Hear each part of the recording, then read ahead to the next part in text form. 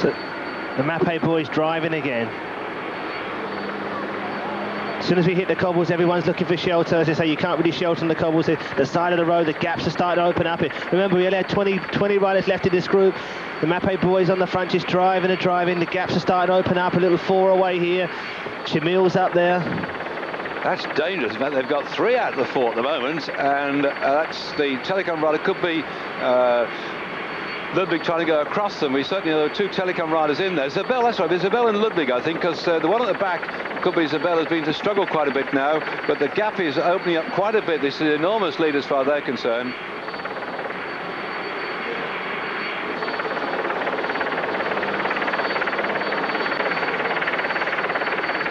And that's the chasing group at the moment, 2, 4, 6, 8, 10, 12, 14, 16, 18, 20, 21. There's no more than about 35 riders in that one, so the race really has formed now. Somebody jammed in between the chasing group and the main pack, and that looks to me like a leader probably well in excess of minutes. That's... And the problem is in the front group we've got, I think it's actually 5 Mapei guys. So that's where the problem's going to be, because they're not, the 3 workers are not going to stop working. They're going to keep driving. Well, I put my watch on that one to see if I could do a time check. It depends if the camera goes back and picks up the chasers at the moment. But certainly Mapei there, of the 4 riders, 3 of them are Mapei. And look at the way they're rolling along here. Certainly Museo is in that little group at the moment, and they look a bit like Taffy on the front at the moment. Let's check out who we've got. And so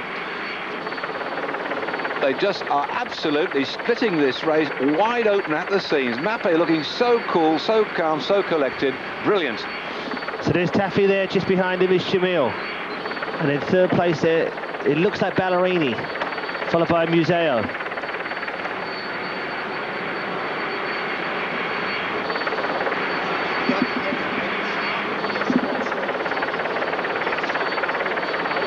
So Chimil just gets out of the saddle there just to try to get a bit of relax, tries to miss the holes. This is a fabulous move here for Mapei.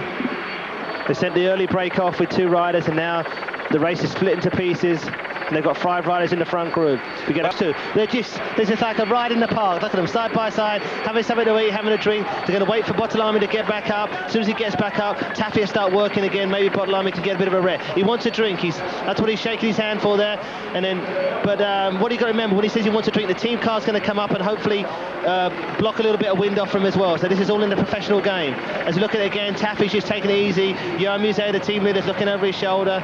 It's unbelievable. This is the Paris-Roubaix, the queen of the classics, and they're riding like it's just a day in the park. So the cars are pulling over, the Mavic service car pulls over, and up comes Jean-Luc Botolami. There he is, he's closing the gap now, very, very... In the red car there, that's the commissaire to make sure everything's going well. It's a bit like the referee is in football, as Botolami makes the bridge across the gap.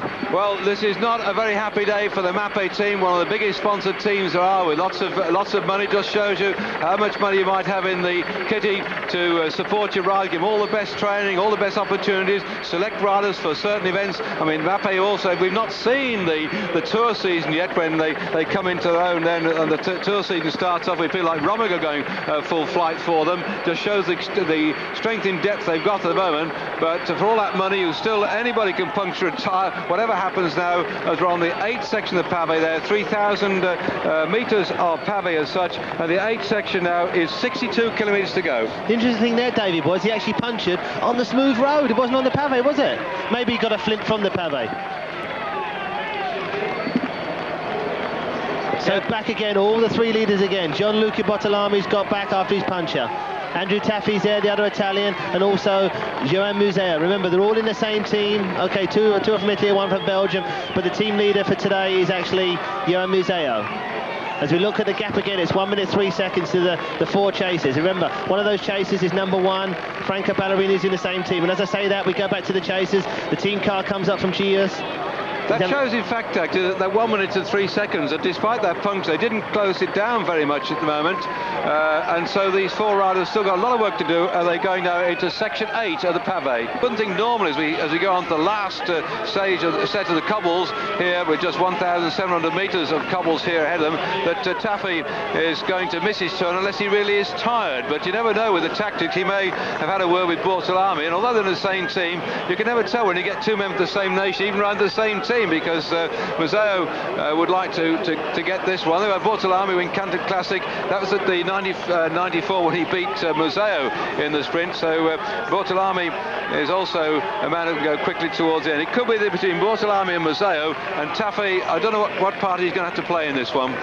Yeah, the Win Canton Classic, which is obviously in Great Britain, put on by Sport for Television, also brought us the Tour de France and brought us other the city centre races, which are going on this year as well. I think they're going on in July towards August. So here the 3 leaders again. They're coming to the left-hand bend. Big support there. Look at that. But are we going to have problems with this Mapei team towards the end? I mean, this could be exciting. But as I say, that Taffy's still on the front. I think maybe the director sportive telling him what to do. The hand goes up at Museo. Museo wants that team car up there. He wants to know what the position is. Or has he got a puncher? This could be problems. Oh no, I'm looking round. It's a puncher. I think it's a puncher, back wheel puncher for Johan Museo. Now, what are the 2 Italians going to do? Crevaison, as they say in France. What's going to go on? Are they going to work it out together? I'm sorry, we're getting some pictures. Difficult with our pictures, but no, they're riding together. They're riding on either side of the road. They look like they're relaxed about the whole thing now. And they're going to wait for Museo to come back, or are they?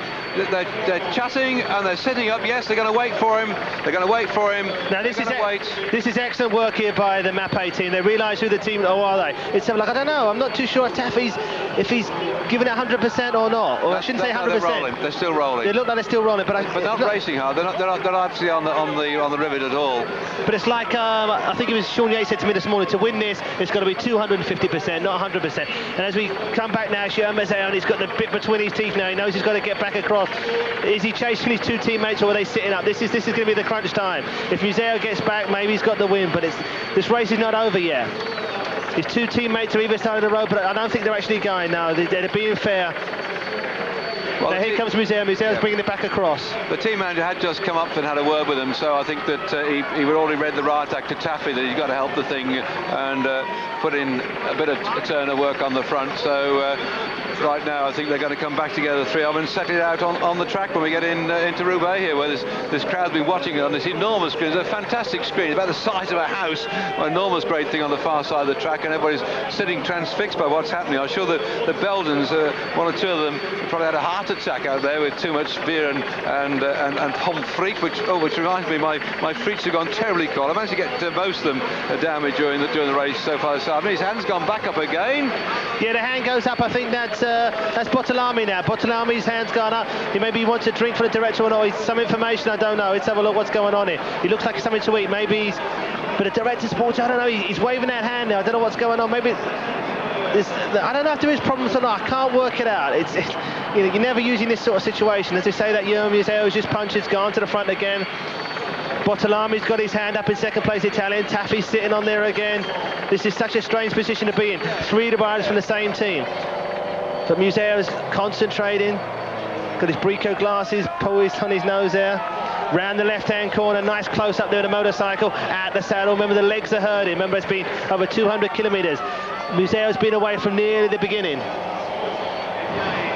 Well, with these 3 riders, I'm now coming in toward the outskirts of Roubaix on this, the 100th anniversary of the first race. There haven't actually been 100 editions of it because what with wars and so on, they haven't run right the way through. It's only the 94th, only the 94th. I ask you, it just shows you how cycle race racing has been going on over all these years. But on this, the 94th issue of the race, it looks like we're going to be treated to a sprint at the end. They're chatting amongst themselves at the moment about this one. So it's all down then. Can Bortolami put the old 1-2 across Museo did in the past? And Taffy, I think, is going to be pushed back into 3rd. He would like to sprint this one out, but Taffy is not the most rapid. He's just a workhorse, a very, very strong workhorse indeed.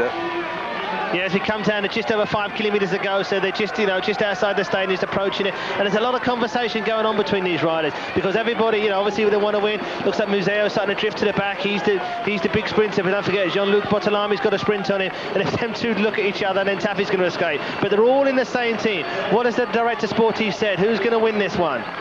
Museo's looking comfortable. Look at that. Look, he's really concentrating. He had bad luck last week in Tour of Flanders. He said he was feeling good. He had problems with his wheels.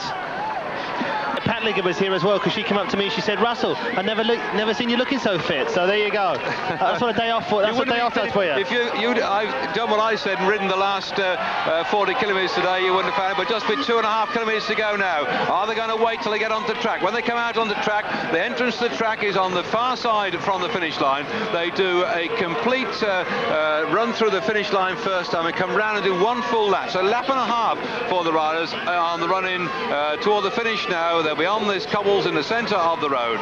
And Museo's missing turns all the time. And look at him, he's out of saddle, he's flexing his legs. He's trying to get that fresh blood back into legs. There's Taffy. Taffy knows he's got third place. No way is he going to win, but there is a possibility of the guy in the front, Jean-Luc Bartholami, if he gets on the wheel of Museo, there's possibly a chance of him winning. But here we go, we're coming down to the last 2 Ks now, but it looks like Jean-Luc Bartholami is doing longer turns the whole time, so maybe it is going to be Museo the team leader. Who knows? We're coming very closer and closer. Taffy's trying to come through, but Bartholami's doing a really hard turn. But here comes Taffy, giving it. He's big on that 53 ring. He's down there on the 13. He's really churning. But look at Museo. He's out of saddle. Look at it, side to side, flexing the legs. He's looking comfortable, just like a sprinter. There he is, shaking his legs a little bit.